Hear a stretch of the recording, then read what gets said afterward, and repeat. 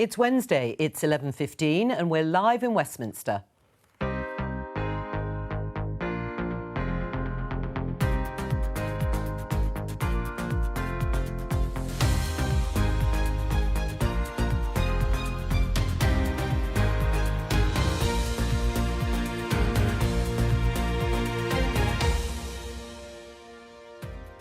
Joining me, Conservative MP George Freeman, Labour MP Andrew Gwynn, Emily Carver from free market think tank the Institute of Economic Affairs, and columnist and Times radio presenter Ayesha Hazarika. Today, if care home workers don't get a jab within 16 weeks, they risk losing their job. We need to make sure we get the balance right, but I'm sure people appreciate that protecting lives is the absolute priority. Mandatory jabs for NHS staff in England could follow. We'll bring you Prime Minister's questions live at noon. You can't run society purely to stop the hospitals being full, otherwise you'd never let us get in our cars and drive anywhere or do any of the other things that people want to do.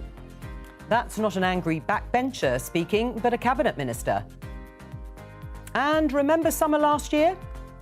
6 days in August, when temperatures in the southeast were 10 degrees above normal, and it's going to get worse.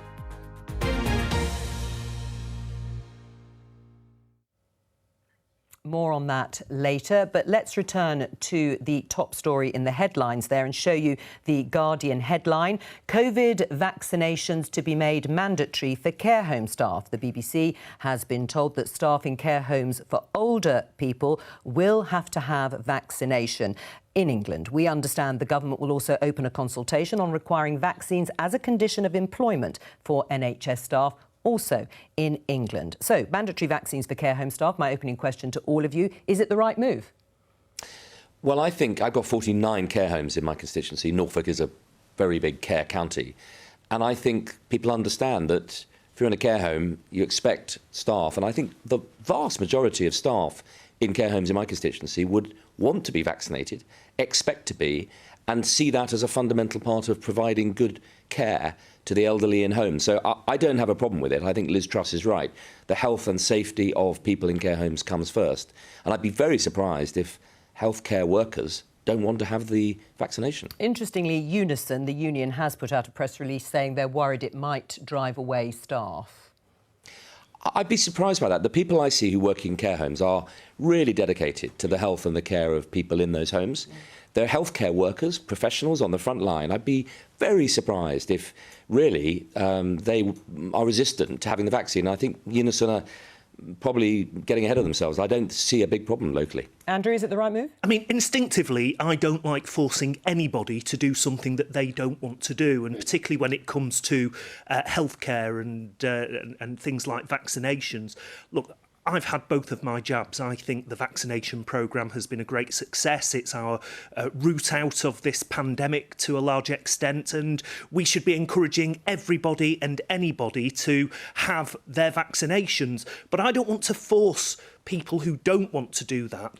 But there are rights and responsibilities here, and I think that somebody in a care home or a family of somebody in a care home should have the right to expect that their loved one is safe and that the staff have taken all precautions to keep them safe. It's a really difficult decision here, and I'm not sure what the answer is.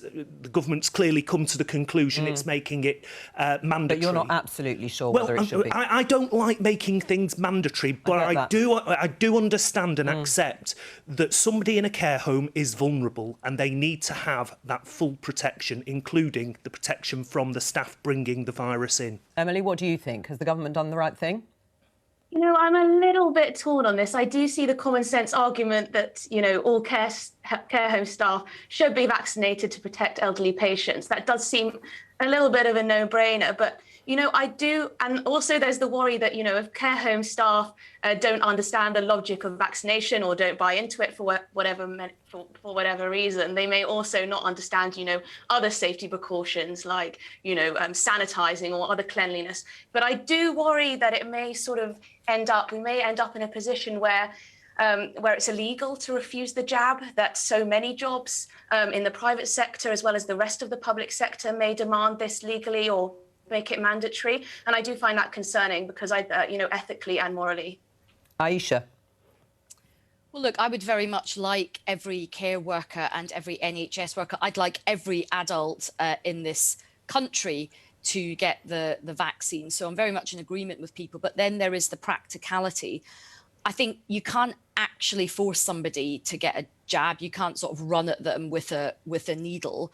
And if care staff do choose to leave, that's going to cause a pragmatic, practical problem. There are already shortages in the care sector. There have been some care home providers out this morning on broadcast saying, look, we're all on the same page, right?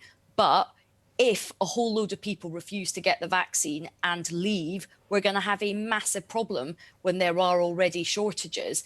So I think encouragement is an explanation is probably a better way rather than forcing people. But it is difficult. As Emily said, there's big, ethical concerns around this. Right. Well, the government is obviously trying to turbo boost vaccinations, the levels of them before July the 19th, which is when the restrictions have been delayed until there is a vote happening this evening in the House of Commons. Not everyone is happy, of course, particularly a group of Conservative MPs. But Jacob Rees-Mogg, the leader of the House of Commons, was talking to Conservative Home about this. Ultimately, the NHS is there to serve the British people, not the British people there to serve the NHS. And therefore, we may need to spend more money on hospitals. But you can't run society purely to stop the hospitals being full. Otherwise, you'd never let us get in our cars and drive anywhere or do any of the other things that people want to do. So there has to be some proportionality within that. The government doesn't have the right to take charge of people's lives purely to prevent them seeing the doctor. Is he right, George? You can't just run society to stop the hospitals becoming full? I think his central point that we need to deal with this pandemic, but we mustn't get to a point where we start to control people's lives on the basis of what public services can cope with. And that is a thin end of the wedge. I happen to think the public are with us on the vaccination programme, and I think they're with us on making sure that we make sure that hospitals are not overwhelmed. I mean, we were very close last spring to a serious crisis. And I think the public support that. But I think the point Jacob's making is, there's a thin end of the wedge. And what we don't want to do as a society is start saying your freedoms are being curtailed here, here and here because it's inconvenient for the government and public services. And I think he's right to make that point. But equally, it is vital that we get as many people vaccinated as possible, that we build resistance in the community and we prevent our hospitals being overwhelmed, not least because there is a huge backlog from COVID that's got to be cleared. Right. I mean, Andrew, you're backing the government's extension of restrictions broadly, but are you prepared to take a calculated risk at that point on July the 19th?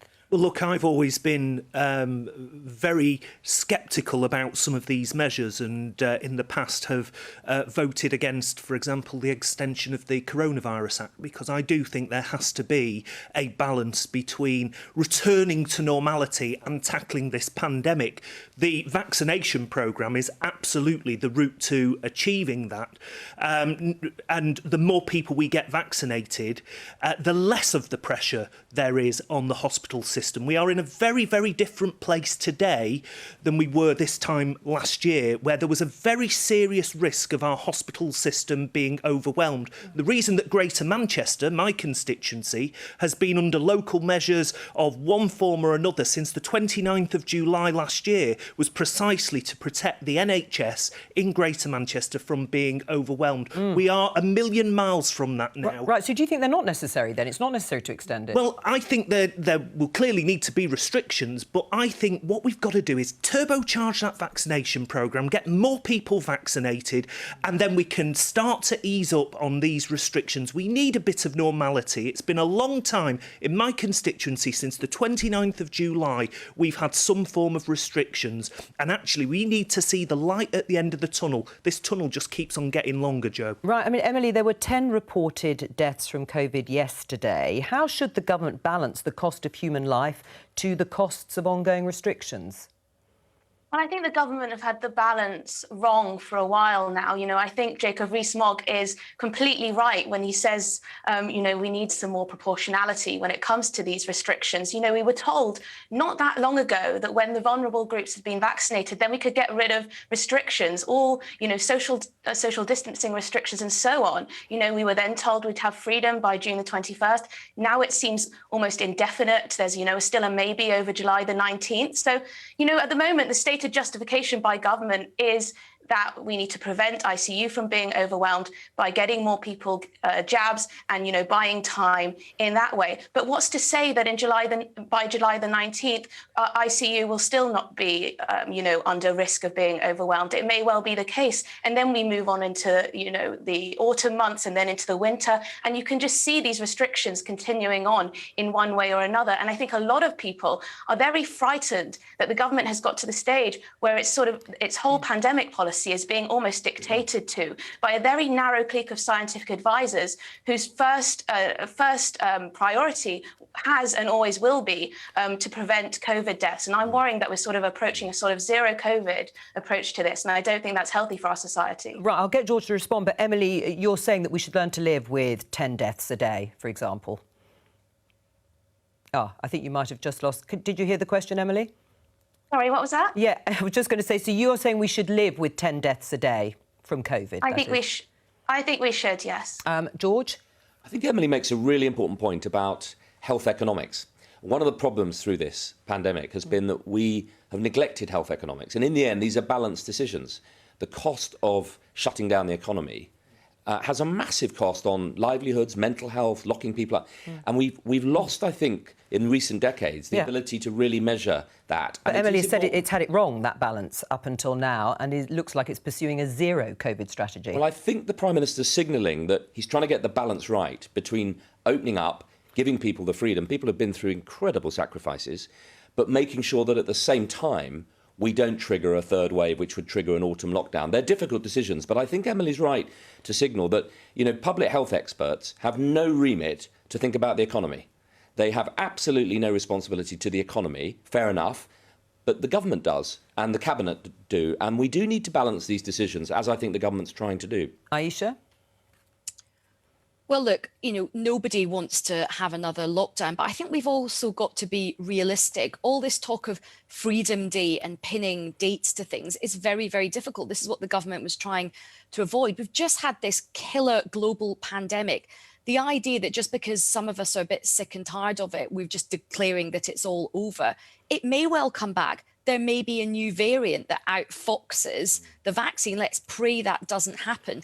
We know that the autumn into winter could be very difficult with a third wave. And it's not good enough for Jacob Rees-Mogg to just say, oh, well, come on, the public just have to, stop pandering to the NHS. The NHS is the sort of backbone of our society. NHS staff are absolutely knackered having gone through the pandemic. As George said, there's a massive backlog of really important elective surgeries and other very important treatment that needs to happen. So you don't want loads of people going into hospital with COVID right now and diverting resources.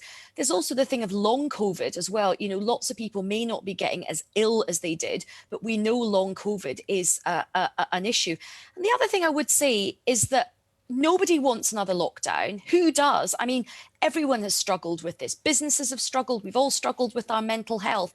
Why hasn't the government done the business on the borders as well? It's all very well, chiding us and saying, look, get used to living with this and there will be some deaths and having a go at care home workers. Why doesn't the government protect the borders? That was like a really basic thing that they could have done. And, maybe we would have hit that Freedom Day if this Delta variant, the so-called Indian variant, hadn't been allowed to come here and rip again through these shores. Well, we may well be discussing that after PMQs if Keir Starmer intends to ask questions about that very issue, Aisha. Emily, you were shaking your head at what Aisha was saying at the beginning of her response there in terms of the NHS. Why? Well, I was just thinking that it's very easy for people who are I'm not referring to Aisha here, I'm just talking in general. It's very easy for people who are in secure jobs, whether they're in the public sector or they can work from home or so on, to to talk about how lockdown, it's just a couple more weeks. If that secures the NHS for, a few more weeks, months, and so on, that's fine. But the problem is, for a lot of people in this country, these restrictions that are still in place, and there are still a lot of restrictions in place, are preventing businesses from making a profit. And the impact of that, not only on the economy, but also on mental health, is huge. And I do think the government needs to balance that in a more balanced way against the risk of COVID, because as we know, people die every day of very many diseases, very many, cancer, heart disease, and so on. And I think there is a desperate need for some balance here. Aisha? Well, the first duty of government is to protect life. And the problem is, because the government dithered so much at the beginning, and because they actually put the economy over people's health, we have ended up in this nightmare situation where we have this shamefully high death toll. And to Emily's point, which I agree, who wants the economy to suffer? I'm a freelancer. I've lost tons of work because of this. I work and know a lot of people in theatre. They're really struggling with it. Nobody wants these lockdowns. But if you let your society get sick and you let your hospitals get overwhelmed, then you're going to have to lock down, and that is going to hurt the economy. I've spoken to people in theatre this week who are tearing their hair out over the delay to this June 21st. But they don't also want people to come to the theatre and get sick. They don't want that either. Most people do have a proportionate attitude to this. Yeah. But if the government had made the right balance and put people's health over the economy right at the beginning, we might have been in a very different situation. Emily? But it's very easy to look back with hindsight and say the government should have done this, the government should have done that. But we are where we are now. And I think a lot of people, an increasing number of people in this country, are looking at the data and thinking, does this really justify this level of restrictions on our lives? Because, the hospitalizations, as Joe said, are down to single figures now on most days, deaths, sorry. And hospitalizations are also down despite the variant. So, I think there does need to be, as I said before, a level of balance here. And the government, who have fear-mongered throughout this, they spent, I think, 300 million last year on advertising campaigns, essentially to scare people into obeying the lockdown measures that they weren't sure people would of their own volition. So I think that, there's a lot at play here, and you can't pit the economy against health in that way, because the both aren't mutually exclusive. They're very much intertwined. Is that what the government's been doing, George? They've been scaremongering. No, I don't accept scaremongering. The government's first duty is to protect citizens, and telling the public about how dangerous this virus is, shutting down last year, was any government that didn't do it would have been massively abandoning its responsibilities. I think scaremongering is a wholly inappropriate word. But I think Emily's right that we've got to learn to live with this virus.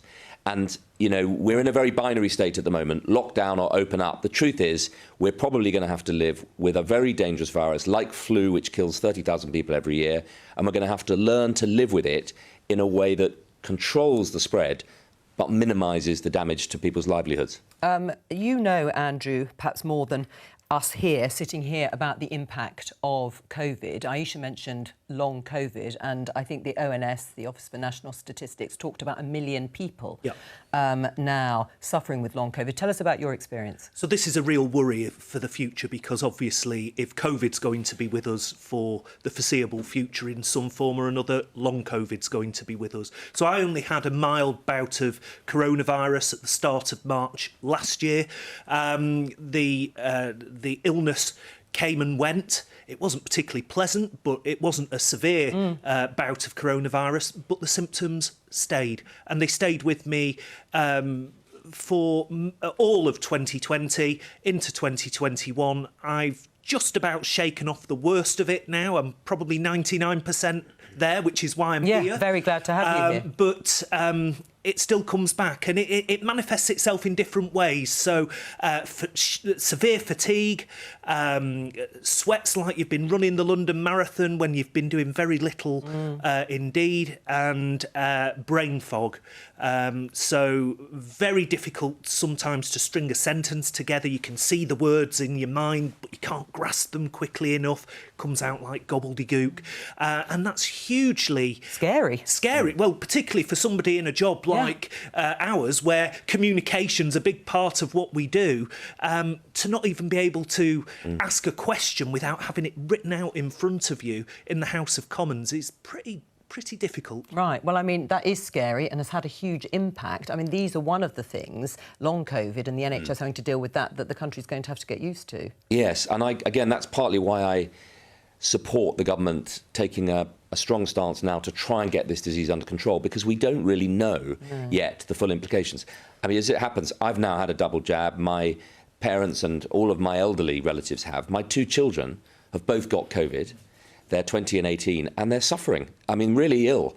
And, you know, people losing taste and smell. We could well find that long COVID is very damaging. And we don't want to look back and say, well, we had a summer of fun, but 1 million young people got long COVID. That would be a disaster. Andrew? No, long COVID has to be taken seriously, and I want the government to do more. I mean, it's commendable they've set up these long COVID clinics, but there aren't enough of them. It's very difficult to get referred to them.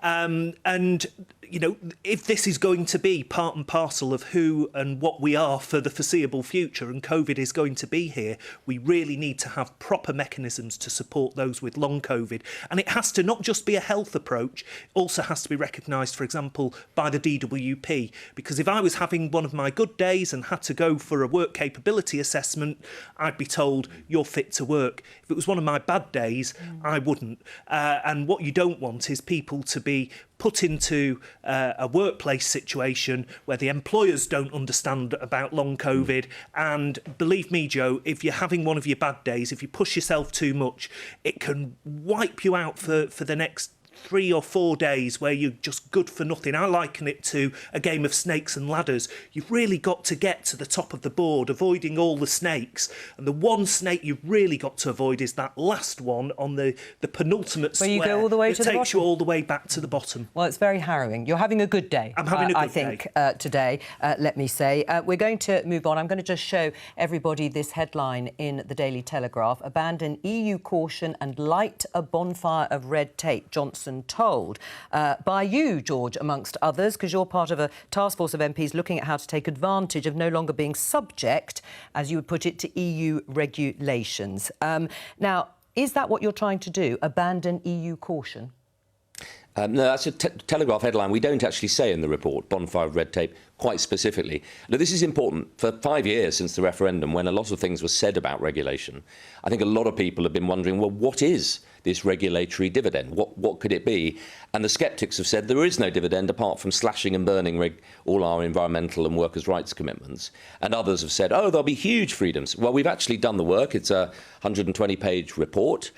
We took evidence from 75 industry groups, and we've set out a proper framework, a strategic framework for the UK outside of the EU. Firstly, a UK approach to regulation based on UK common law, adopting a proportionality principle. We're not abandoning precaution. Of course, consumer safety and the safety of all of our citizens is vital. But we argue that 40 years of being in the EU has meant that we've really just followed. We've stopped thinking actively about regulation. And for innovation, for leading in the new sectors of tomorrow, the UK has got a huge opportunity. Sure. And we set out 10 sectors here where we call for the UK to use the freedom to lead in setting global standards in nutraceuticals, functional foods, AI, in all of these new areas. All right, OK, that is a headline. It's a newspaper headline, and it may not be a bonfire, but are you suggesting that the UK takes more risks? In some ways, that it abandons a bit of caution, because that's how you've described the way Brussels has done regulation when it comes to public health, food safety and the environment. Otherwise... No, I'll give you 3 examples. So on GDPR, we argue that it's not working.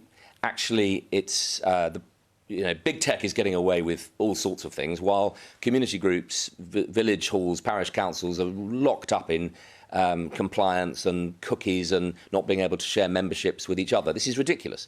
So we've suggested that the UK should set out our own data protection and privacy framework, rooted in a much stronger sense of consumer rights, patient rights, protection for the individual. But what benefits will we see? I mean, what benefits will the ordinary person see?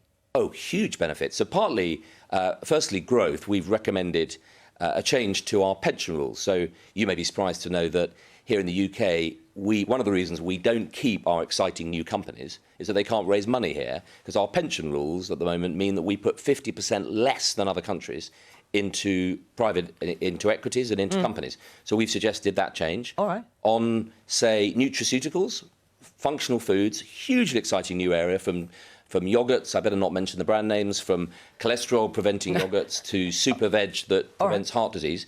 We, at the moment, don't regulate for them. You have to be a food or a medicine. We have nothing in between. So we've suggested the UK set out a framework for leading in this exciting new sector. Aisha, listening to all of that, are you convinced? There was lots of talk about the freedoms that the UK would gain once we left the EU. Does this and what George has been talking about convince you? Sadly not. I used to work at the Department of Trade and Industry as a press officer back in 2000, and ministers were always talking about wanting to cut red tape, and it never really happened. And when people do try to cut red tape, where that normally falls is, things like health and safety and workers' rights. So that will make a lot of people feel quite anxious. The other thing is Brexit was meant to be this great liberation from red tape. But actually, it has turned into a fiesta of form-filling, paperwork and bureaucracy. We're seeing that with the Northern Irish Protocol. Lots of small businesses are really, really struggling with that as they try and export their goods. Even EU citizens are having to sort of reapply for their status. So I do find it quite ironic that there is this, admirable drive to cut red tape at the same time, while lots of people are drowning in red tape because of Brexit. Yeah, well, that's true, isn't it, in terms of Northern Ireland? That's exactly what's happened. Well, more form-filling, more bureaucracy. I voted Remain, but part of the reason I was so pleased to be invited by the PM to do this is it seems to me if we're going to leave the single market and all the easy access that came with it, we had better have a compensating benefit for the UK. And Aisha, it's really important, as a former Minister for Life Science, I'm absolutely in no way wanting to compromise the very highest standards of our clinical research. But I'll give you a specific example. The EU Clinical Trials Directive was set up in order to make sure that in Lithuania and Latvia and across the 27 countries there are basic standards. Great. But the UK is leading, as we've shown through the vaccine trial, leading in genomic trials, in informatics, in creating new ways of doing trials, and we're held back. And, there is no greater illustration than the UK COVID trial, the biggest in the world, of what we can do if we're freer to do it our way. And that will deliver huge benefits, more clinical trials all around the UK, access to new drugs for NHS patients, huge boost to our economy. All right, Emily, they were instructed not to look at workplace regulation or deregulation. Is that right? Well, no, I think that, there shouldn't be any sectors that we don't look at in terms of deregulation. If there's a reason to remove a regulation that isn't working, that is adding a burden that isn't sufficiently justified, then there should be, the government should be going through all the rules that we've inherited from the EU that, of course, we transferred once we left. So it really is up to the government now to look through all of those rules that we adopted, that we haven't got rid of, and decide which ones are a burden and which ones we would be better off getting rid of. And I think that's a sensible thing to do. And of course, we've seen very visibly how outside the EU, as a free trading, a sovereign nation, we've been able to strike deals. It's very exciting, the deal with Australia, but we also have to take advantage of the domestic autonomy that we now have. We have inherited, as I said, so much regulation from the European Union. The government is right to be looking to review all of this and decide what benefits our economy and what doesn't. And I think it's a very good thing that we're looking at the precautionary principle, because this may have been one of the reasons why the EU decided to suspend the AstraZeneca vaccine. Just off the back of a few cases of blood clots. And that was probably a massive mistake now with hindsight, and was at the time. So I think this is a good thing, and I think this is definitely will be one of the major benefits of having left the European Union, who has been so cautious over this pandemic. Well, do you have any sympathy with what Emily has said, Andrew, that it's been too cautious? The EU, Brussels perhaps isn't the best place to draw up regulation, and we've been stymied by it in the past. Well, no, I don't accept that, because we have had some great advances in this country because of us working together across the EU to set standards. I mean, I do take George's point that we have now left the European Union. One of the freedoms that we have as a sovereign country is to develop our own laws, our own rules, and our own regulations. And I trust George is a good chap to want the very best, to want to drive up standards. But what I don't trust is some of George's colleagues around the cabinet table, and I do fear that this will be a race to the bottom, and it will be ordinary people that lose out, and it will be British business in the end that loses out, not least because, we've just heard about the Australia deal. Now, George, I quite accept, wants the best environmental standards, the best food safety standards, but what we are seeing is in these trade deals, we're sacrificing those very same standards for a quick buck. Well, I'm grateful for the compliment, but I can absolutely assure you, please read the report, because it's a lot of work. It's 120 recommendations, and we haven't touched any of those very important workers' rights, environmental undertakings that were fundamental. I voted for them, and they're in the agreement. What we've set out here is an ambition for the UK and specific ways we could really unleash global leadership in setting the standards in new sectors of growth. The EU will take decades to do it. We have a chance now to do it, and real benefit around the country. So I'll give you another example. We've developed here in my constituency a potato plant that doesn't need to be sprayed with 14 applications of toxic fungicide. It's resistant to blight. The EU banned it. Well, that is a huge, huge environmental advantage, cost advantage for UK farming. And on trade deals, we have an opportunity to start to use trade deals to export our technology for sustainable, green farming and agriculture. As I say, George, I trust you on these things, but it's not you that's making the decisions, it's government ministers, and I just see this as deregulation, a race to the bottom, and I do fear that we will end with worse standards, not better standards. And the other thing, Joe, is that the United Kingdom, although it's free from the European Union and all of that because of Brexit, it isn't isolated from the European Union. We still want to trade with our European friends and partners. We've still got to, in many cases, meet the standards that Brussels sets through British laws. And in here, we suggest not dropping standards, improving them, increasing them, so we lead. And the ambition in here is that Europe will look and say, those clever Brits, they've used their freedom not to race to the bottom, but to go to the top. They're now setting the standard in agri-environmental regulation. They're setting the standards in clinical trials, in digital health, and they will copy us. And let's hope that British farmers feel the same when our Australian cousins start to adopt our food standards rather than impose theirs. So we've dealt with that in here. We've set out a new framework for agri-environmental regulation in the UK. Most farmers here now have 200 regulations, 20 agencies, clipboards every year with visits. We've set out a proper framework so that people can invest in biodiversity net gain and support UK farmers developing best practice. Please read the report. It's a vision for leadership, not a race to the bottom. I'm going to hand them all out to you at the end. A bit tricky with Emily and Aisha. Just finally, you want to say something, Aisha, and then we'll move on. Yeah, look, I mean, again, I'm a great admirer of George, and I think he's pursuing a noble cause here, but you do have to look at the here and now. You cannot just ignore the concerns that British farmers and British environmentalists and people who do really care about food standards are flagging about the Australia deal. There's still lots we don't know about it, and it's going to be very, very difficult for British farmers to compete with that level of scale. I know you talk about trying to cut down on bureaucracy and red tape that they will face. Well, if the government does adopt any of your recommendations, it will take time for that to come through. Right now, British farmers are facing a real nightmare with the prospect of what's coming down the track. And also British consumers are really worried about food standards falling because of these trade deals. So I do think that's something, I think your aims are very admirable, but you do have to look at what's happening in the here and now. So I have to respond. I have an agricultural constituency. Bear in mind, the Australian trade deals don't come in for 15 years.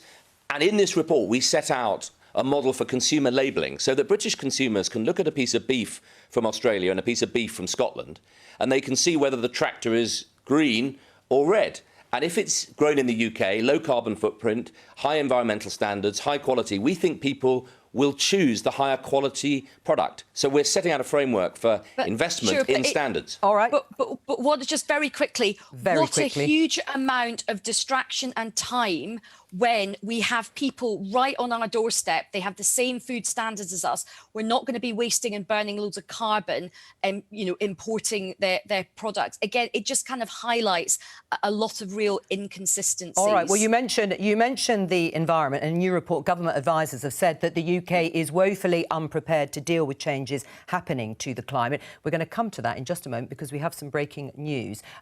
Let's go into the newsroom here in Westminster and talk to the BBC's Deputy Political Editor, Vicky Young.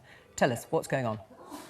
So Dominic Cummings, the former chief advisor to the Prime Minister, who you will remember when he gave evidence to Select Committee about the lessons learned from the COVID pandemic, has responded to the evidence given by Matt Hancock, the Health Secretary. Now, you'll remember that he was incredibly critical of Matt Hancock, and this very long blog continues in that vein. He says that the new testing plan was forced on Matt Hancock by Number 10. He says that community testing was stopped momentarily, and he accuses Matt Hancock of focusing on the media and himself and then lying. Now, you'll remember Matt Hancock, to that Select Committee of MPs, denied ever lying to the Prime Minister about any of these issues.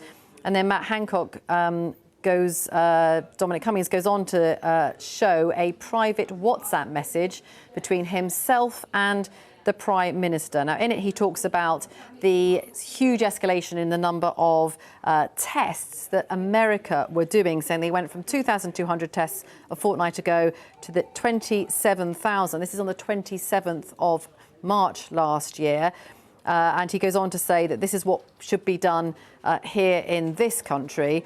And then in response to this text message, you can see a response from Dominic Cummings in which he said, a response from the Prime Minister, Boris Johnson, in which he says totally hopeless, although there is an expletive in the middle of that, which we won't go into on air.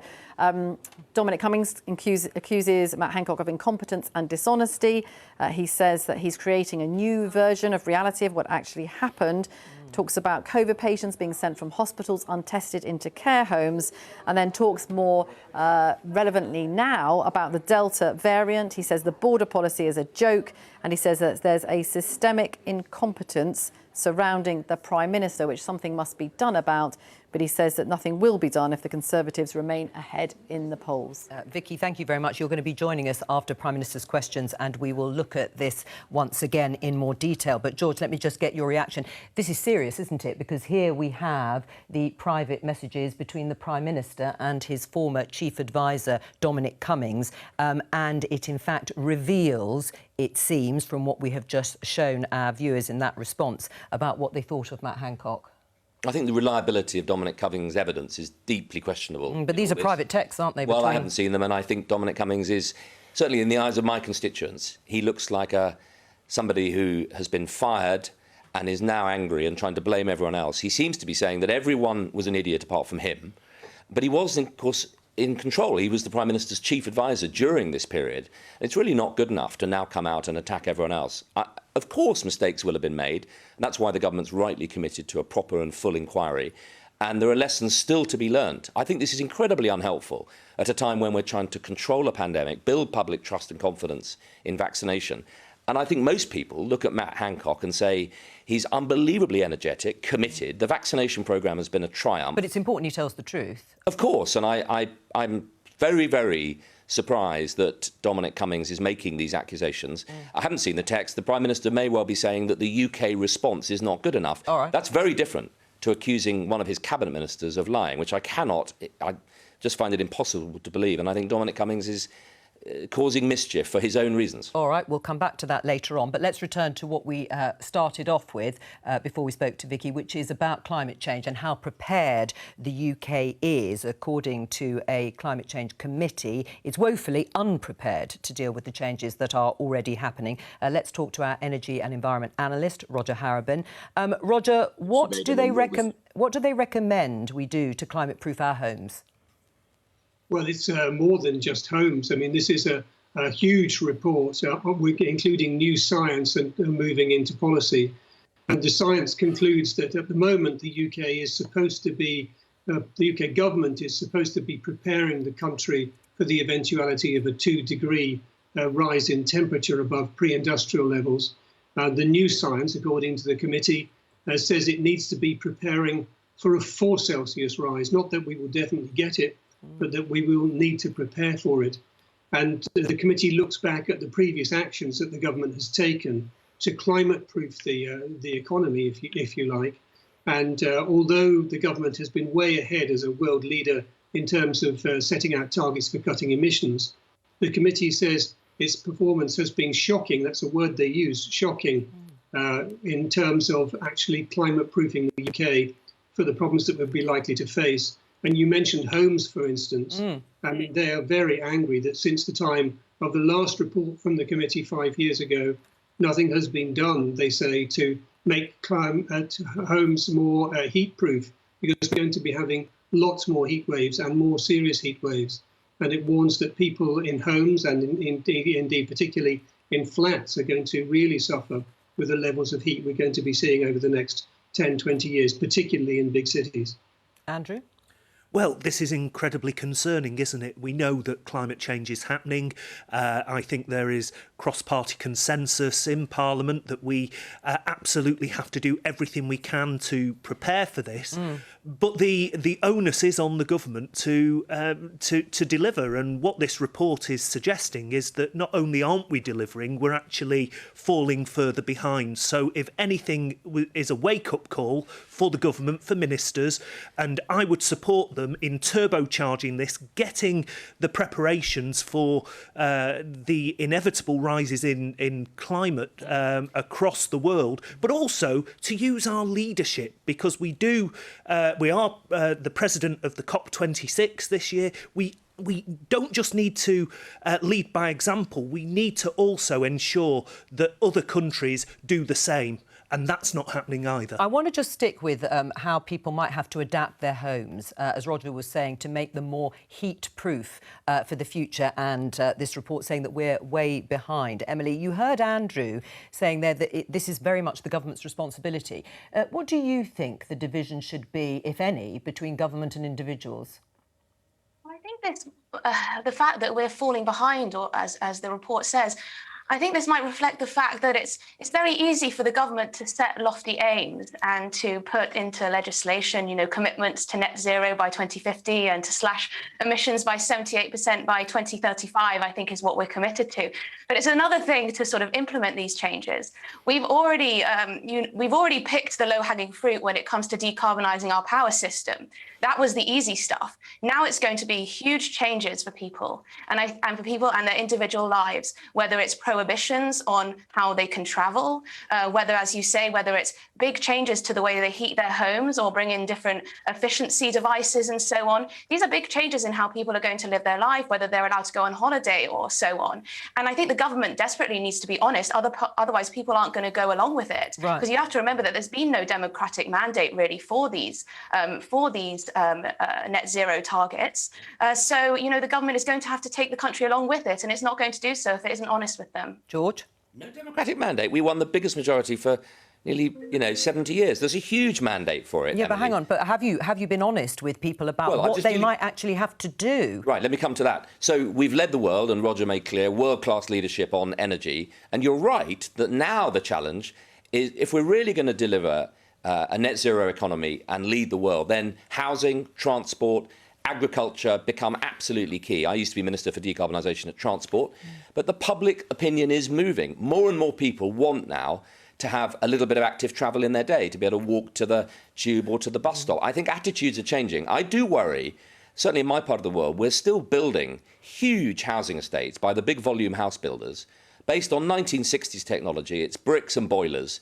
And why the big companies like Persimmon and others, who are being paid a lot of money to build these homes, why they're not leading in green housing, I think, is a real problem. And we've got to get onto this fast. And we've got to stop building huge commuter housing estates with 3-car commuting. That is not going to get us to net zero. We need to put bike lanes in, give people healthy living and active choices.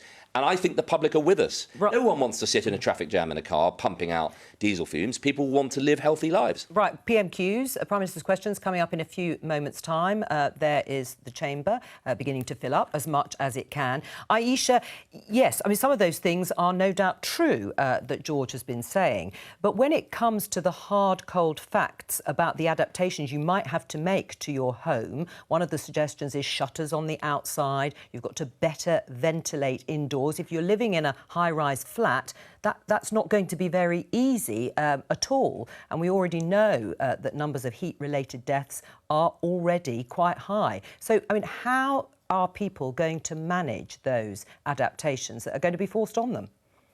Well, if anybody follows me on my Twitter feed, they will know that I am literally dying of the heat in this weather. It's my Scottish ancestry or origins, which, I mean, I find the heat in the city absolutely unbearable. And I joke about it, but it is actually very serious. As you say, older people really struggle, pregnant women really struggle in this heat. We're not geared up for the heat, and that is something which we're going to have to do. I mean, I have shutters. I've opened them because we're recording. I keep my shutters shut most of the time to try and keep the heat out. I mean, I live like a vampire. I was going to say, I didn't want to say that. I literally live like a vampire. But it's a serious issue, and it is one like we've started to have a conversation about making your house more energy efficient, but we aren't really having a proper conversation about how to cope with this very, very hot weather as well. So we need to have far more. I'm going to have to stop you there in your shuttered home because it's Prime Minister's questions. Thank you. And I'm sure those of the whole House are with her family and friends. Mr. Speaker, I'm sure that the House will wish to join me in offering our thanks and best wishes to Sir Roy Stone, who is leaving the Government Chief Whip's office and the Civil Service. He's worked for 13 Chief Whips and for over 20 years has played an invaluable role in delivering the Government of the Day's legislative programme. We wish him well. Mr. Speaker, this morning I had meetings with ministerial colleagues and others. In addition to my duties in this House, I shall have further such meetings later today. Sir Robert Neal. Thank you, Mr. Speaker. I'm sure we would all wish to associate ourselves with the Prime Minister's remarks in relation both to Jo Cox and Roy Stone. The Prime Minister, I know, will report later to the House in more detail on the G7 summit, which I know President Biden described as extremely collaborative and successful. In taking forward the agenda, and in particular that part of the agenda of the summit, which calls for us to work to uphold the rule of law and respect for an international rules-based system, will he bear in mind and task all parts of government to promote the great asset that we have in English common law and in the expertise and reputation for integrity of our judiciary and legal systems? Will he make sure that those willing assets are harnessed in the pursuit of that G7 agenda, be it through writing commercial contracts with English law as a jurisdiction or helping through our expertise developing countries and markets? Prime Minister. I thank my right honourable friend for his question. He raises a very important and vital sector of our economy, our legal services industry and our judicial system, which is admired around the world. One of the reasons that we're capable of attracting so much inward investment into this country, Mr. Speaker, but also one of the key exports, Mr. Speaker, that we've been able to promote just recently, thanks, for instance, to our free trade deal with Australia. We now come to the Leader of the Opposition, Keir Starmer. Thank you, Mr. Speaker. Can I join with the Prime Minister's remarks in relation to Sir Roy Stone? This week also marks the 4th anniversary of the Grenfell fire tragedy, where 72 people lost their lives. It's frankly an outrage that there are still more than 200 high-rise flats with Grenfell-style cladding, and many leaseholders are trapped in homes that are neither safe nor sellable. The best way to mark this tragedy is not with words, but with action, and I urge the Prime Minister finally to end the cladding scandal. Mr. Speaker, as the Prime Minister has already said, today is the 5th anniversary of the death of our dear friend and colleague Jo Cox. Jo had already changed so many lives for the better. She was passionate about creating a fairer, more just world.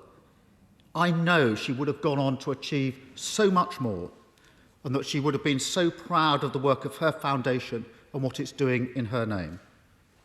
Jo and I were in the same intake into this house. We were friends and our children are around the same age. And there's not a day that goes by when we don't miss Jo. And I know I speak not just for these benches, but for many across the House, when I say that today we remember Joe. Mr. Speaker, does the Prime Minister recognise that his decision to keep our borders open contributed to the spread of the Delta variant in this country? Prime Minister. No, Mr. Speaker. I think that Captain Hindsight needs to adjust his retro spectroscope because he's completely wrong. We put India on the red list, Mr. Speaker, on April the 23rd. And the Delta variant was not so identified until April the 28th, Mr. Speaker, and was only identified as a variant of concern on May the 7th. Mr. Speaker, when he criticises this government for wanting to keep our borders open, just remember that he voted 43 times in the last 5 years, Mr. Speaker, to ensure that our border controls were kept in the hands of Brussels, Mr. Speaker. Keir Starmer. Mr. Speaker, this is absurd. I have, on 7 occasions at PMQs, raised the question of the borders with the Prime Minister. They're all marked up in the transcript. They're all there in Hansard, Prime Minister. Time for a better defence. Your defence is as bad as your border policy. And Mr. Speaker, this is the Prime Minister talks about the dates. Let's go through the dates. On March the 24th, a new variant was reported in India. On the 1st of April, India was reporting that over 100,000 new infections were rising a day and rising. But the Prime Minister kept India off the red list until the 23rd of April. In that time, 20,000 people came into the UK from India. What on earth did the Prime Minister expect would be the consequences of that? The British people did their bit by following the rules and getting vaccinated, but the Prime Minister squandered it by letting a new variant into the country. That was not inevitable. It was the consequence of his indecision. If the Prime Minister disagrees with me, and he answered the first question no, what is his explanation as to why Britain has such high rates of the Delta variation? What's his explanation? Prime Minister.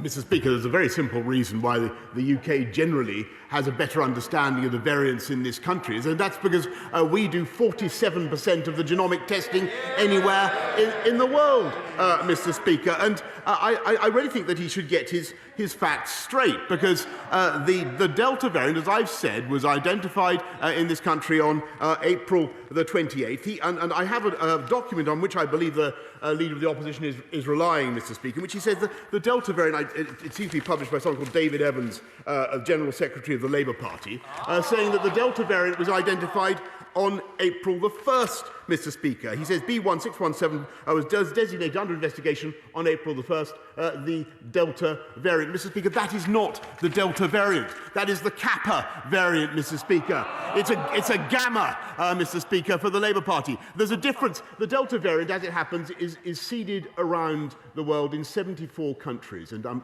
sadly is growing.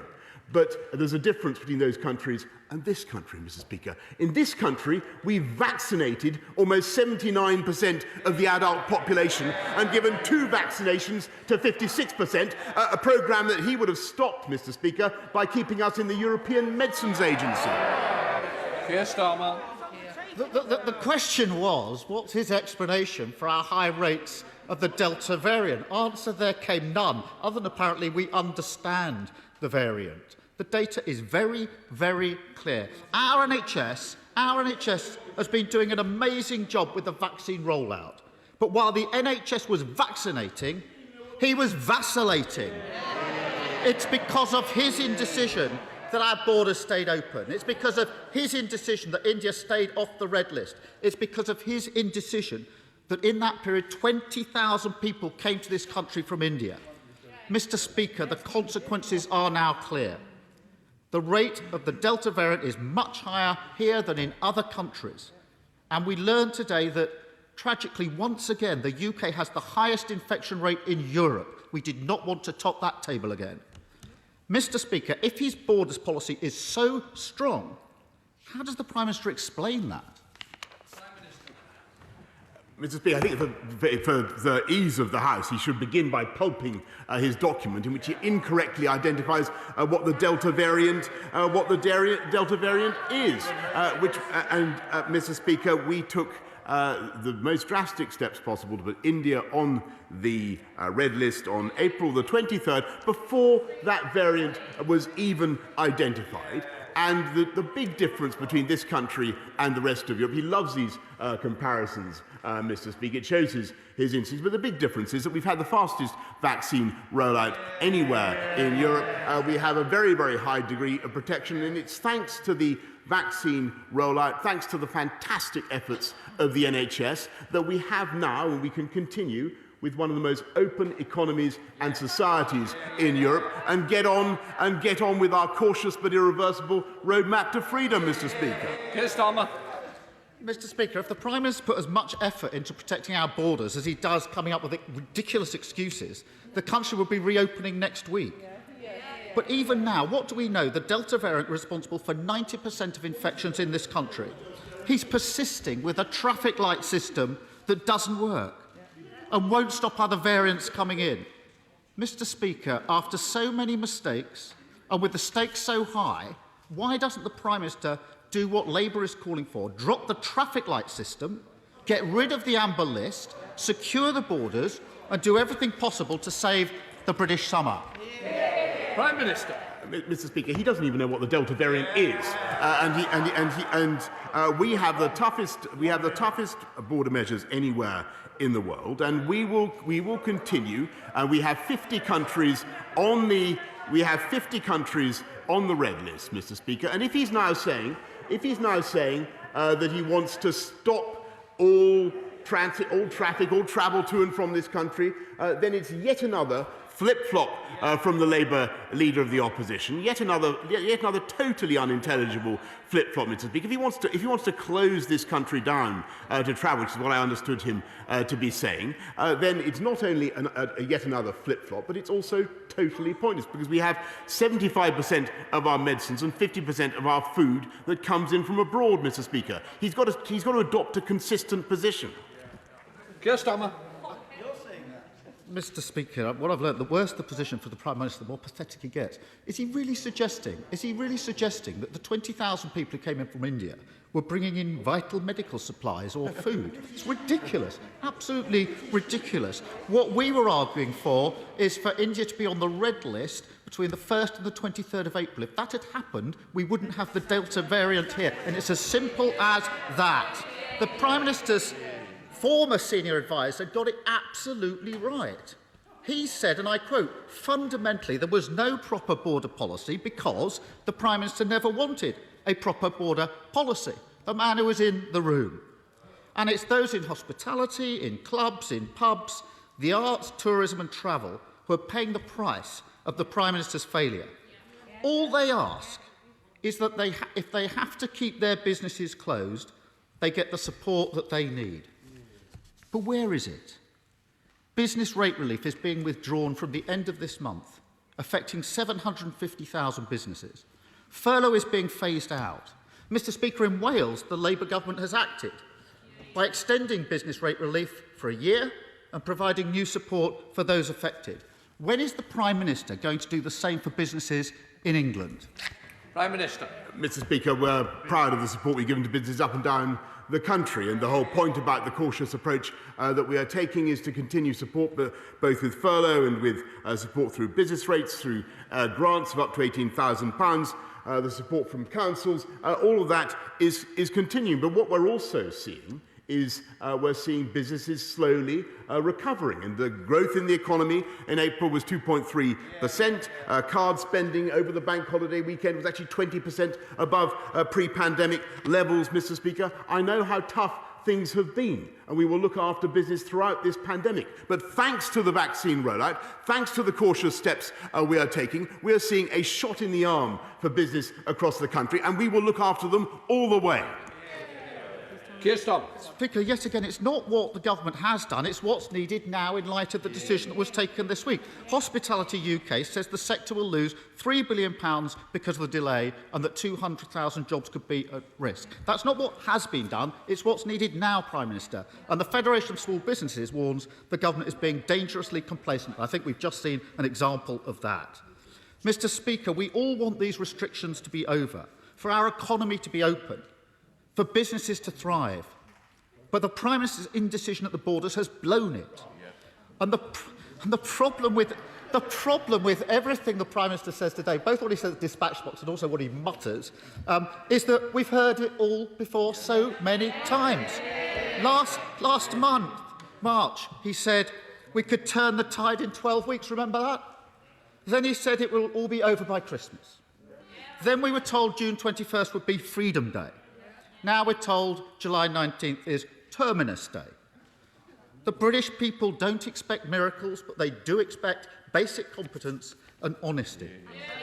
And when it comes to care homes, protective equipment or borders, we see the same pattern from this Prime Minister. Too slow, too indecisive, over-promising, under-delivering. After all these failures and mistakes, why should anyone believe the Prime Minister now? Mr. Speaker, why should anybody believe the leader of the opposition when he can't decide what he thinks from one week to the next? He says he has a tough position on borders. Actually, he was attacking quarantine only recently and saying that it was a blunt instrument that should be lessened, Mr. Speaker. What I think the people of this country want to see is a government getting on with the vaccine rollout and getting on with our cautious irreversible roadmap to freedom. And I'm very pleased, and he should say it again, that we have one of the fastest vaccine rollouts anywhere in the world, certainly the fastest in Europe. It would not have been possible if we'd stayed in the EMA. We would not have been able to control our borders if, as he voted for 43 times, Mr. Speaker, we'd stayed in the EU. We're getting on with the job. We're bringing forward now 23, 24-year-olds for asking them to come forward for their vaccines. I ask everybody to come forward for their second jab. I trust he has had his, Mr. Speaker, and we are delivering on our commitments to the British people. Not only a great outcome at the G7 summit this last weekend in Carbis Bay, but a new free trade agreement with Australia and a building back better across our country. We're getting on with the job, Mr. Speaker, and it would be a wonderful thing once in his time as leader of the opposition to hear some support for what the government is doing and some backing up for our approach. Bob Bristow. Thank you, Mr. Speaker. Last year, doctors and care settings issued an unprecedented number of do not resuscitate orders to patients with learning disabilities and mental illness. Many were unlawful and caused avoidable deaths. Despite urgent CQC and NHS guidance, shockingly, this practice has continued. Last week, The Telegraph reported that Sonia Delion died unresuscitated. Her family said she was given a DNR without them knowing, and with her learning disabilities and schizophrenia stated as reasons. Does the Prime Minister share my alarm about these cases, which should have no place in our care, and does he agree that they should be independently investigated? Prime Minister. Mr. Speaker, I thank my honourable friend for raising this very sad case with me, and I'm sure the whole House will be thinking of Sonia de Leon and her family. I think that such decisions on do not attempt, do not resuscitate, should be made only in accordance with a decision involving the person concerned and their carers and their families, Mr. Speaker. We now come to the SNP leader, Ian Blackford. Thank you, Mr. Speaker. Can I associate myself with the remarks that you made, the Prime Minister and the Leader of the Opposition, and the absolutely brutal death of our friend and colleague Jo Cox 5 years ago, a woman that was dedicated to public service, that made in her short time here a tremendous contribution to this House, and our thoughts are very much with her family, her friends, and all those that care very deeply for her loss. And of course, as we do that, we should also reflect on what we saw earlier this week with the journalist Nick Watt chased through the streets of Whitehall by a mob seeking to intimidate. And we must all stand up in this House for the rights of journalists to be able to go around their work safely. I say, Mr. Speaker, good wishes both to Scotland and England ahead of the football match on Friday evening. But if I may say so, I do hope that we don't see Scotland being dragged out of the Euros against our wishes at the end of the week. Mr. Speaker, as we enter the chamber, we see what is reported to be WhatsApp communication between the Prime Minister and Dominic Cummings, and perhaps the Prime Minister will clarify whether or not these are genuine and whether the derogatory comments that he expressed on his Health Secretary are valid or not. Mr. Speaker, this morning, the details of the disastrous trade deal with Australia are slowly seeping out. It tells us everything that we need to know, that these details are being celebrated in Canberra, but they're busy being concealed in London. For all the spin, it's clear that this Tory government has just thrown Scottish farmers and crofters under their Brexit bus, just as they sold out our fishing communities. So today, those with most to lose from this deal don't need to hear the Prime Minister's usual waffle. Their livelihoods are at stake, Prime Minister. Just this once, they deserve honest answers from this government. Can the Prime Minister confirm that from day one of this deal, 35,000 tonnes of Australian beef and 25,000 tonnes of Australian lamb will be free to flood the UK market tariff-free? Minister. Mr. Speaker, this is a great deal for the UK, it's a great deal for Scotland, it's a great deal for Scottish whisky, it's a great deal for Scottish business and services exports, it's a great deal for Scottish legal services, but it's also a great deal for Scottish farming. And how tragic, how absolutely tragic that it should be the posture of the Scottish National Party, Mr. Speaker, to see absolutely no way in which Scottish farmers could be able to take advantage of the opportunity to export around there. What he doesn't realise is there already are £350 million worth of UK food going from this country to Australia. This is an opportunity to turbocharge those exports, to get behind Scottish farming and encourage them, Mr. Speaker, not run them down. Ian Blackford. My goodness, I don't even think the Prime Minister can believe that tripe. Mr. Speaker, in the Tories' desperation to get a post-Brexit trade deal with somebody, with anybody, they've given the farm away, literally. It is blindingly obvious who the winners and who are the losers in this deal. Australia's economy will benefit to the tune of $1.3 billion a year. The UK government's own assessment says that the Australian deal is worth just, and I quote, 0.02% of GDP. Mr. Speaker, you would need 200 Australian deals to come close to mitigating the cost of Brexit. We were told that Brexit was all about taking back control. But for our farmers and for our crofters, there's been no scrutiny, there's been no consultation, and there's been no consent. So if the Prime Minister is really confident about the benefits of this deal, does he have the guts to put it to a vote in this House? Mr. Speaker, the people of this country voted for this government to get on and deliver free trade deals around the world. And I believe they were totally right. He talks about tripe, Mr. Speaker. Well, I can tell him that when it comes to exporting the intestines of sheep, which I know is a valuable part of Scottish tradition, even that is now being opened up around the world thanks to the deals that this country is doing. And Mr. Speaker, if he is saying that he wants to go back into the EU, hand back control of our fisheries, hand back control of our agriculture to Brussels, lose all the opportunities that this country has gained, I think he is frankly out of his mind and going in totally the wrong direction. And if he means a referendum, another referendum, Mr. Speaker, we had one of those. Can I just say gently to everybody, we now need to turbocharge questions and answers. Lord Larkin. Thank you, Mr. Speaker. Thanks to our unique geography, the High Peak has some of the worst broadband and mobile coverage gaps anywhere in the country. We are making good progress, but can I urge the Prime Minister to redouble efforts in the rollout of ultra-fast broadband, especially to hard-to-reach rural areas like the High Peak?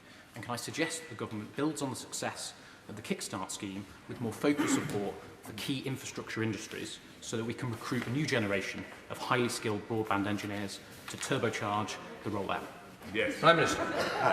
I thank my honourable friend. He's absolutely right, and that's why we're working with industry to accelerate our rural network, and coverage across the whole of the UK has massively increased and will be increasing thanks to the steps that we're taking. Sir Geoffrey Dawes. Thank you, Mr. Speaker. I know, like me, the Prime Minister cares passionately about the Union.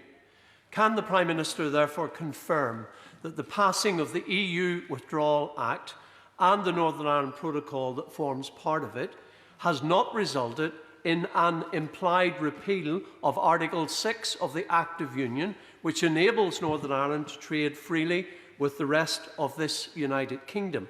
And will he commit to fully restoring Northern Ireland's place within the UK internal market? Prime Minister. Yes, of course, Mr. Speaker. I can give assurances on both those counts, and I can say that unless we see progress on the implementation of the protocol, which I think is currently totally disproportionate, then we will have to take the necessary steps to do exactly what he says. Davidson. Thank you, Mr. Speaker. Does my right honourable friend agree with me that the rebuild of Hillingdon Hospital will be a great benefit to his constituents and mine? And will he commit to working with me and other local members of Parliament and potential future MPs like Peter Fleet and Chesham and Amersham to secure the future of services at Hillingdon's other site, Mount Vernon, in my constituency, which provides specialist medical treatments to a very wide catchment area? Yes. Prime Minister.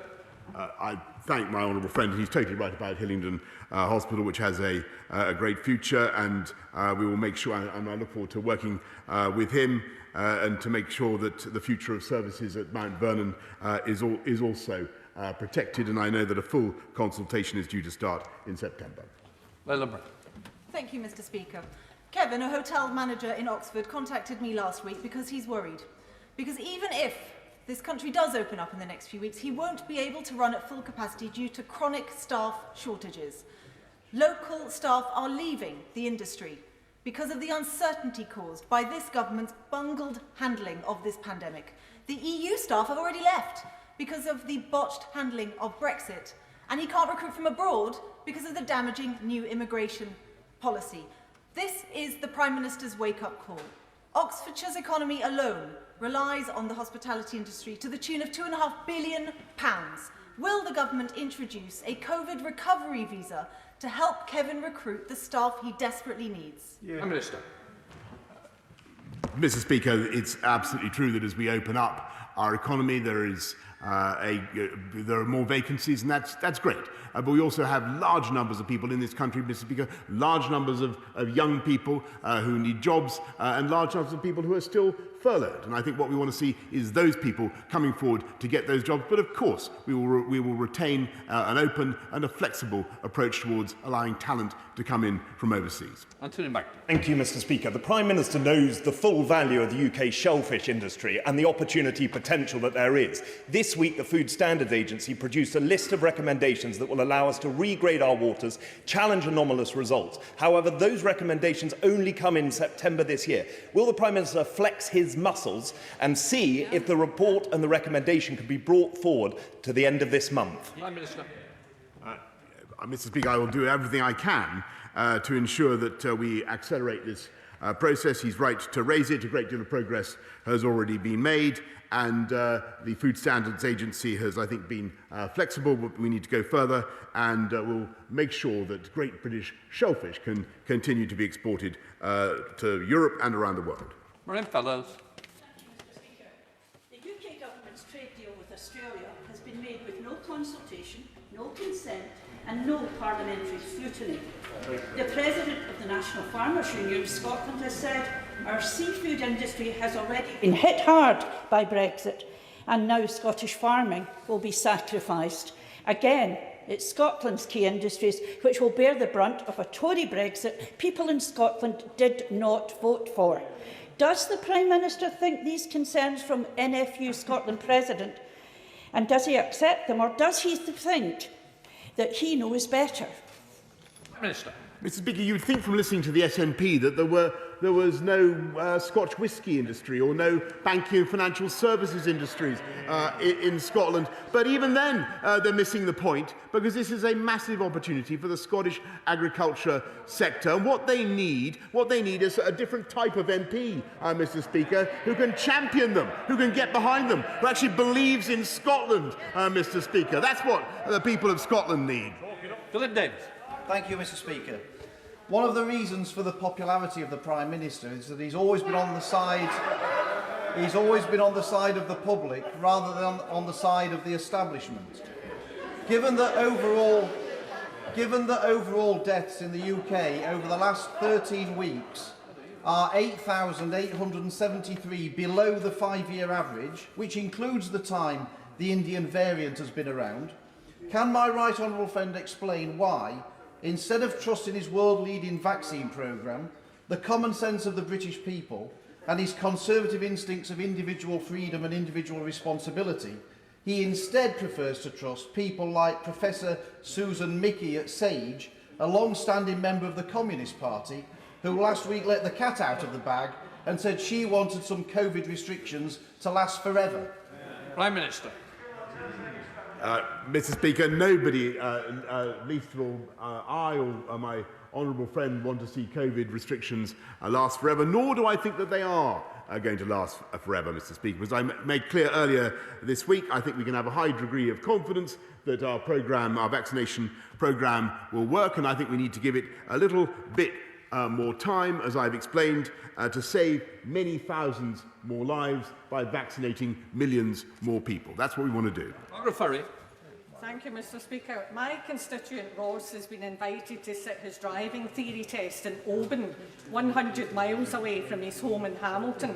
His test has already been cancelled twice, first in November last year and then February 2021. This September, Ross is starting a university course in paramedic science with a view to becoming a qualified paramedic in the Scottish Ambulance Service with placements across Scotland. Being able to drive is crucial. Will the Prime Minister meet with me to discuss the delays in the scheduling of DVSA theory tests and the impracticality of the locations being offered? Yes. Prime Minister. I thank the honourable lady. I am aware of the problem, and we're doing what we can to accelerate the number of driving instructors and testers, so to allow young people such as the gentleman she mentions to get their driving test done and enable them to fulfil their ambitions. Mr. Speaker, I support the Prime Minister's comments on Joe Cox, and also, as a former Chief Whip, his comment on Sir Roy Stone. Sir Roy gave amazing service to me as Chief Whip during the worst of the Brexit years in dealing with the hung Parliament and with the odd occasional disruptive backbencher. Mr. Speaker, Northern Ireland faces some challenges over the coming weeks in terms of nominating a First and Deputy First Minister. Would the Prime Minister agree with me that it's vital that parties stick to the agreements that have been made, the New Decade New Approach, which he and I negotiated 18 months ago, and that in failing to do that, we ultimately, and I know he doesn't like this concept, that the UK government does act as a backstop? Yes. Prime Minister. Well, Mr. Speaker, it's given me great pleasure to thank my right honourable friend for all the work that he did in the New Decade New Approach deal, and I do agree that it will be a good thing for the whole package to be agreed, and I certainly support the approach that he set out. And I think that what the people in Northern Ireland want is a stable, functioning and mature executive. Kenny McCaskill. Thank you, Mr. Speaker. A new Lord Advocate is taking up position, but the structural flaws in the office remain. In no other legal jurisdiction in the UK, or indeed in the Western world, is the government senior legal advisor simultaneously the country's chief prosecutor. Yet the role is enshrined in the Scotland Act 1988. Will the Prime Minister commit to changes so that this historical anachronism can be changed and a separation of powers be achieved? Prime Minister. First of all, Mr. Speaker, I congratulate the honourable gentleman on the outstanding success of his party in the recent elections. But I will study the anomaly that he raises and revert to him as soon as possible. Ruth Evans. Thank you, Mr. Speaker. Can I welcome the publication of the Tigger report today, published by my right honourable friend for Chingford and Woodford Green, my right honourable friend for Chipping Barnet and my honourable friend for Mid-Norfolk. The report makes recommendations about how to seize new opportunities from Brexit and back start-ups and new tech. Will my right honourable friend look closely at that report so that we can make the most of the great benefits of Brexit and lead the world in the development of new technologies? Yes, Mr. Speaker, I thank my honourable and right honourable friends for their excellent report, and I think it's time to put a Tigger in the tank. Ellen Hayes. Thank you, Mr. Speaker. Can I associate myself with the remarks concerning the 5th anniversary of the murder of Joe Cox? Joe is a dear personal friend and colleague who will always be missed and remembered, and whose extraordinary legacy endures far beyond this place. Mr. Speaker, last month, a fire in an East London block of flats caused 3 people to be hospitalised and dozens more to be treated for smoke inhalation. That block was one of more than 200 high-rise buildings in England, still fitted with Grenfell-style cladding.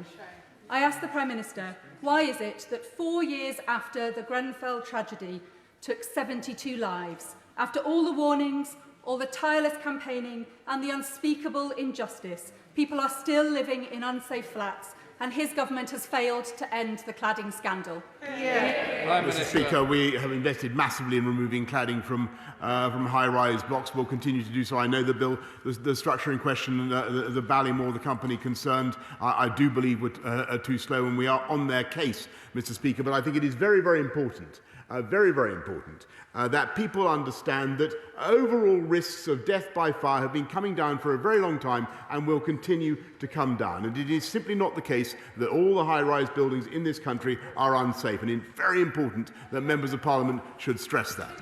Paul Holmes. Thank you, Mr. Speaker. Independent lifeboat stations like the Hamble lifeboat in my constituency respond to over 100 incidents a year in the Solent. The pandemic has increased the operating costs of independent lifeboat stations while also restricting their ability to raise money. Will the Prime Minister look to see what more the government can do to support independent lifeboat stations like the Hamble lifeboat as they keep a watchful eye on all of us? Yes. Prime Minister. Yes, indeed, Mr. Speaker. I thank my honourable friend for raising the excellent work of Hamble lifeboats, and in April last year, my right honourable friend, the Chancellor, put forward another £750 million in support of charities such as the one he mentions. Stuart Malcolm. Mr. Speaker, at 2 venues in Glasgow, hospitality venues called Blue Dog and Adlib, staff there have had no furlough payments since the summer of last year. Having raised this with HMRC directly, the situation still hasn't moved forward. If I send him the details, will he knock heads together, help the staff whose bills are going unpaid and debts are rising, and get the cash into their accounts they're entitled to? Very happy to look at it, Mr. Speaker. Liam Legg. When can we expect the coordinated chorus of SAGE members recommencing their media appearances to depress morale? And does my right honourable friend fear having to give another press conference at which he again postpones the return of our freedoms? Mr. Speaker, we are rightly told that we need to learn to live with COVID. So what can the Prime Minister say to the country to convince us of that reality? Prime Minister. Mr. Speaker, I believe that academic and scientific freedom are an invaluable part of our country, and I also note that my scientific colleagues would echo my sentiments that we need to learn to live with COVID, Mr. Speaker. Sue Macmillan. Thank you, Mr. Speaker. This government's 2-child cap and its childcare proof of payment rules mean my hard-working constituent, Miss Cowan, who's a single parent on universal credit supporting 4 kids, faces £1,000 of nursery arrears. She's therefore at risk of losing their nursery places. She would therefore have to give up work and would therefore be at risk of sanction and forced further into debt and poverty. Can the Prime Minister help my constituent out of this trap, and will he fix these rules that are pushing people out of work and into poverty? Prime Minister. Mr. Speaker, I'll be happy to study the case, but the whole point of universal credit, which this government introduces, it's helping hundreds of thousands of people into work, and that is its success. Jason McCall. Thank you, Mr. Speaker, and I associate myself with the comments of the Prime Minister and the Leader of the Opposition about our friend Joe Cox. Will the Prime Minister join me in congratulating rugby league legend Kevin Sinfield for his OBE in the Queen's birthday honours? Yeah. Kevin has done so much to raise awareness of motor neurone disease and support his good friend Rob Burrow. MND is a devastating disease. There's no cure, but scientists, Mr. Speaker, believe they're on the cusp of developing effective treatments. So will the government please commit to investing £50 million over 5 years to establish a virtual MND research institute and accelerate research. Prime Minister, totally agree with that. It should have been enacted. Come on, man. Well, thank you. And it's an OBE, Mr. Speaker. I also thank Kevin Fitzgerald very much for his outstanding work, and we're following it up we're spending £55 million on research into MND, but there will be more to come as part of our general massive investment in life sciences. Thank you, Mr. Speaker. The trade deal the Prime Minister has struck, simply put, means undercutting our farmers, shortchanging consumers, and it will set animal welfare standards back by decades. The RSPCA have said that the Prime Minister's deal will, and I quote, start a race to the bottom, and the losers will be billions of farmed animals and UK farmers. Does the Prime Minister accept these concerns from the experts at the RSPCA, or does he think that he knows better? Prime Minister. I really think that these constant attacks on Australia and their standards and their animal welfare standards will be very, very much resented by the people of Australia, and would not be recognised. Actually, Australia is marked 5 out of 5, which is the highest possible, by the World Organisation of Animal Health Performance and Veterinary Services Evaluation Team for Animal Welfare. And this deal, Mr. Speaker, that we've done is the first ever to incorporate high animal welfare standards as part of the package that Australia has agreed. Lucy Allen. Thank you, Mr. Speaker. Will my right honourable friend join me in paying... We're going to leave Prime Minister's questions there. There are a few more questions to go. You can watch it on BBC Parliament if you want to see it right through to the end. But let me introduce our guests for this part of the programme. Paul Scully, a business minister, and Luke Pollard, the Shadow Environment Secretary. Welcome to both of you. And the BBC's Deputy Political Editor is back with us, Vicky Young. First of all, Vicky, the questions, perhaps unsurprisingly, were on the government's border policy from Keir Starmer to Boris Johnson, particularly around when India was put onto the red list of countries, which means people have to quarantine in a hotel for a certain amount of time. Did we learn anything new? Not really. I mean, we have heard these arguments before, and what the Labour leader is saying is that this is a pattern of behaviour from Boris Johnson. He says because he's too slow, he's too indecisive, he overpromises, and that's what leads to the problem. Now, his argument is that because we have so many cases which are the Delta variant, which first originated in India, that shows that it was a mistake to keep the border open, not to put India on the red list. He said it allowed 20,000 people to come into this country from India. And he says that's the reason. Now, the PM's response to that is that this country does an awful lot of genomic testing. That's the testing that works out which variant is which. And he says that's why we have so many. And he said that actually the Delta variant is unfortunately in 74 countries. And then he's returning once again, of course, to what he sees as a very strong card, which is the vaccination programme, and says because we've now given 2 jabs to 56% of the adult population, that does put us in a good position, because even though this is a new variant, the Delta one, actually the vaccinations are working very well against it. Right, we're going to return to some of that in just a moment, because the elephant in the room during Prime Minister's questions, we talked to you about it, Vicky, just before we went into the Commons, is a blog that has been published by Dominic Cummings, the Prime Minister's former chief advisor, who left Downing Street in December last year. And it has revealed, rather devastatingly, direct messages between Dominic Cummings and the Prime Minister. Now, we did show briefly this one. I'm going to show it to our viewers again and read it for our guests down the line. And you can see here, this is Dominic Cummings responding to what Matt Hancock said when he was defending himself about the allegations that we'd heard from Dominic Cummings before. Evidence on the COVID disaster. As the Prime Minister said himself, Hancock's performance on testing, procurement, PPE, care homes, etc. was totally, and then there's an expletive which is blanked out, hopeless, and his account to MPs was fiction. Now, there is and are various messages you can see here. This one is actually from Boris Johnson. It's a screen grab of one of those direct messages. It starts with "dunno," and then it says, "It's Hancock," says the Prime Minister. "He has been hopeless." Let me just show you another one. Now, this is Boris Johnson on the 27th of April last year, responding again to Dominic Cummings, saying agree about Vallance and Whitty, they're the Chief Scientific and Medical Officers, on PPE. It's a disaster. I can't think of anything except taking Hancock off and putting Gove on. Now, presumably that means removing Hancock as Health Secretary and putting Michael Gove in instead. Is this from tonight focus groups and polls? Now, there are others, but at the moment, those are the ones that we have looked at. This is pretty serious for the Prime Minister. I don't ever remember seeing private messages in this way between a Prime Minister and any advisor. Yeah, I mean, I think once the people closest to you turn on you and decide to go public, you have a major problem. Now, that's in any walk of life, let alone if you're the Prime Minister. And that's exactly what's happened here. Dominic Cummings, who was at the centre of decision-making, has all sorts of information. He says here that these are text messages, WhatsApp messages from the Prime Minister. We haven't heard from Downing Street yet about whether they're denying that they're true.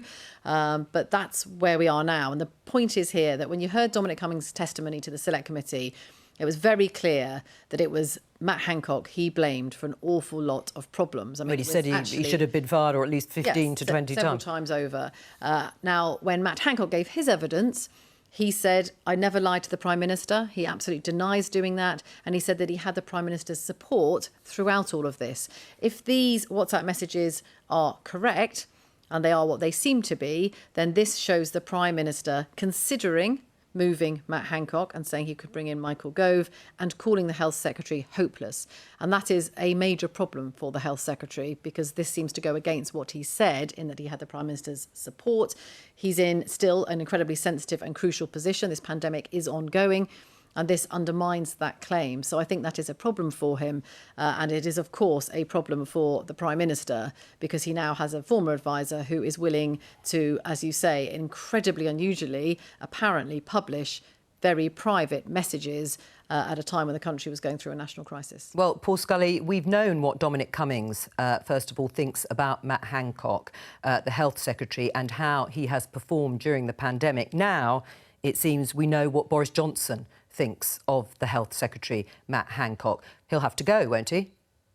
I don't think it does say anything that I can't see it. I'm looking down the line, I'm looking at a blank screen. Sure, but I've read what we have in front of us. No, absolutely. But what I'd say there's little context around that in terms of how it was, when it was said, at what point, and these kind of things. So we've basically had 7 hours of Dominic Cummings on primetime television giving evidence. We then had 4 hours of Matt Hancock giving evidence, and then we're still talking about special advisors' WhatsApps with the Prime Minister. What people are actually looking at now is, if they're looking in on this, the reason I didn't see a lot of Prime Minister's questions, because I was speaking to the chief execs of a lot of the pub and restaurant companies across the country. What they want to know is where we're going with this, how we're going to get the economy open, how we're going to get this this roadmap through in July. They also want to know. They'll also want to know that the country is being run by competent government and competent cabinet ministers. And I work with Matt Hancock on a regular basis. Right, and you think he is. You don't think he's hopeless, then? No, absolutely not. I've worked with Matt on a week by week basis, and I've seen him come from a hugely unprecedented challenge that nobody has had to face before. The world has suddenly had to face. Every country is facing similar issues, and to take that and to grow into the role and to really have command of the situation at the moment that I see on a day-to-day basis. I think he's doing a good job. No, undoubtedly, in the case of the huge scale of the job. But you said you wanted to sort of give a bit of context. What context could there be to the Prime Minister saying that Matt Hancock is hopeless?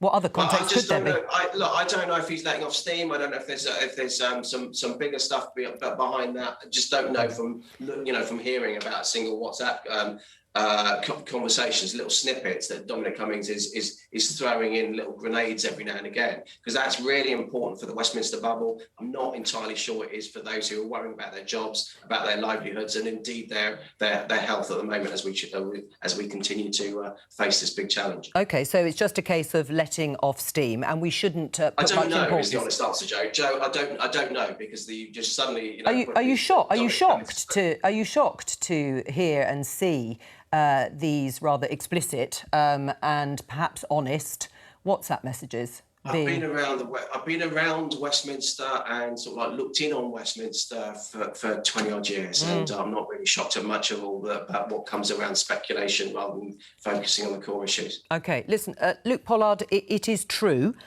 These are private messages. We've never quite seen the like of them being published in this way. Dominic Cummings has an axe to grind.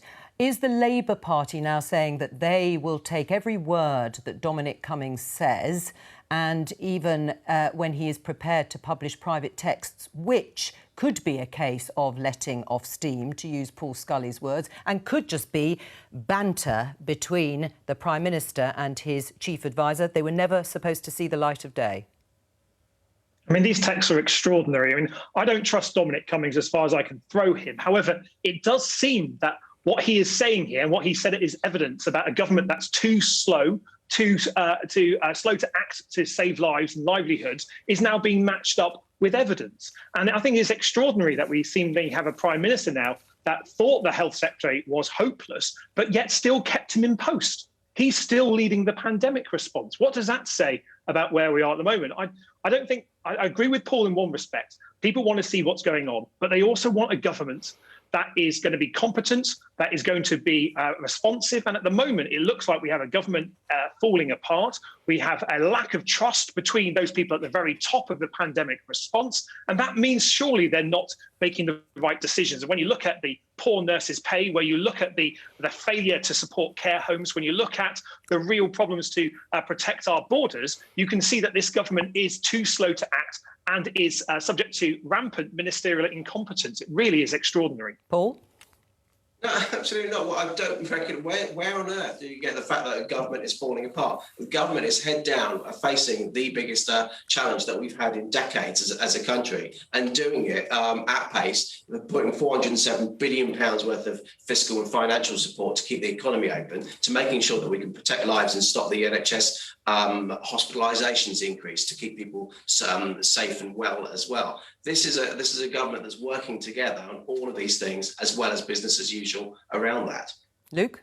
Yeah, it doesn't look like it, though, does it? I mean, the problem with this is we've got the Prime Minister's key advisor, who was in the room for all these discussions, washing the government's dirty laundry in public, highlighting the fact that the Prime Minister and the Health Secretary, politely put, are not getting on in this respect here, but actually are presiding over an incompetent response to the pandemic. I mean, if the Prime Minister did describe the Health Secretary as hopeless, why was he not sacked? Why was he not moved? Why was actions not taken on it? Because each of those actions could have saved lives. If he is as hopeless as the Prime Minister says, why was there not action taken earlier? The public really deserve better than this Tory psychodrama that's being played out, because it's being played out with the lives of people that we represent in Parliament. So let's get some proper action here. Right, isn't that the point then, Paul? You can't dismiss it as a Westminster bubble story because of the things that Luke has just said. What went on between the Prime Minister and his top advisors and chief cabinet ministers, in this case the Health Secretary, could have had an impact on people's lives.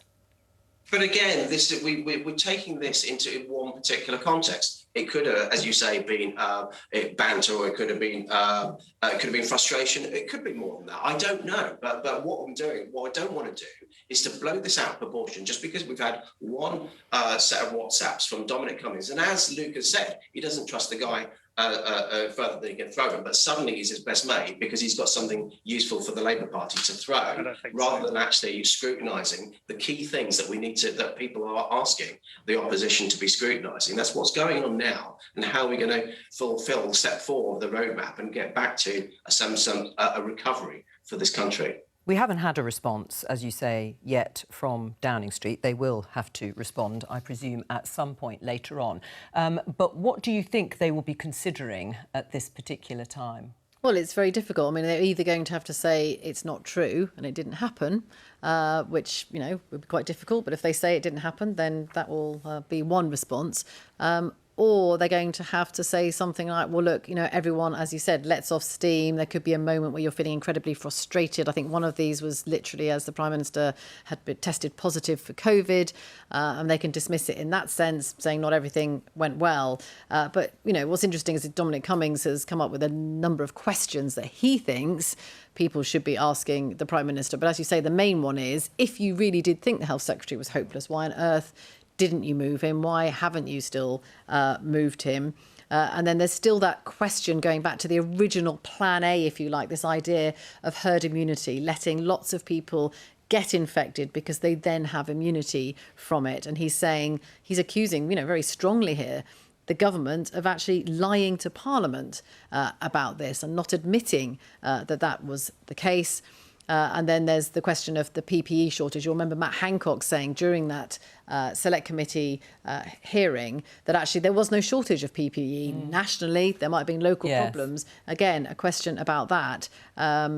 Why didn't he do something about it? We're going to talk about something different. Lord David Frost, the Minister responsible for Brexit, has been talking to MPs this morning about the Northern Ireland Protocol. That is, of course, part of the Brexit deal that governs Northern Ireland. Let's just take a look. We obviously face a difficulty on the chilled meats issue.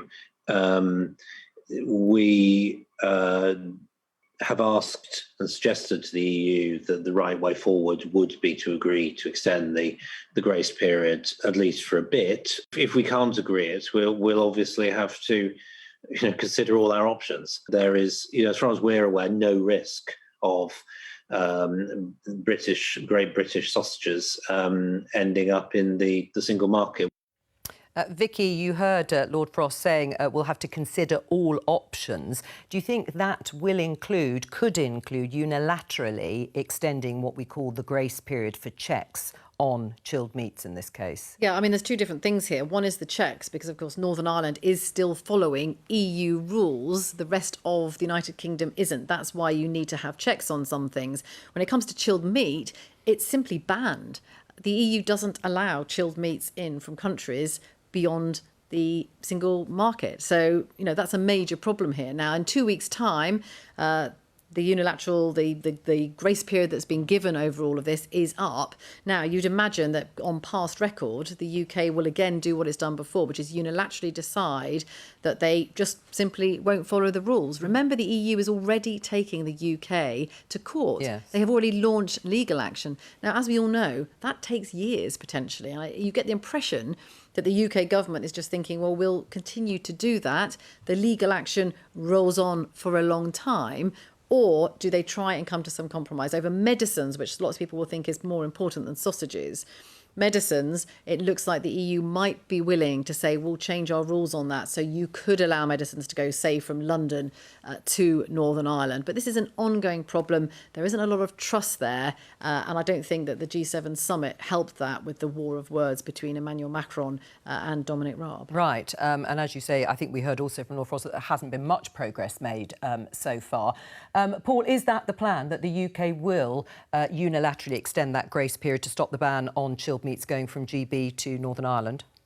Well, I think we're trying to have those pragmatic conversations. I think that's the important thing to concentrate on at the moment, because there are clearly a number of issues that are arising out of the protocol and what we've learned now, having been in this trading situation for a few months now. There was some issues over January that in terms of business readiness, that we were able to work through. There's obviously bigger changes, just what happens when you leave the customs union, any customs union, single market. But there's this big chunk in the middle, which is when the protocol clearly isn't working as intended for either side in many instances. And so these are the bits that we've really got to focus on in terms of pragmatic and cordial discussions. Right.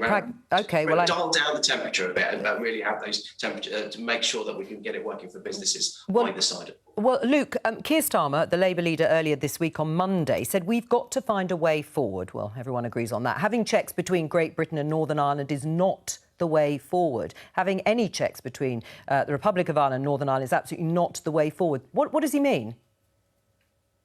I think it means looking at how agreements can be made between the United Kingdom and the European Union that would allow that. For instance, an agreement on food standards or an agreement on veterinary checks.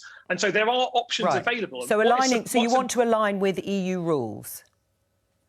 Well, I think agreements can be made between the UK and the EU that would get us into a better place. The problem is they were not included deliberately in the withdrawal agreement. Yeah, which you signed up to. Brought up. Which you signed up to, of course, the Labour Party. So I don't quite understand how this plan of Keir Starmer's works.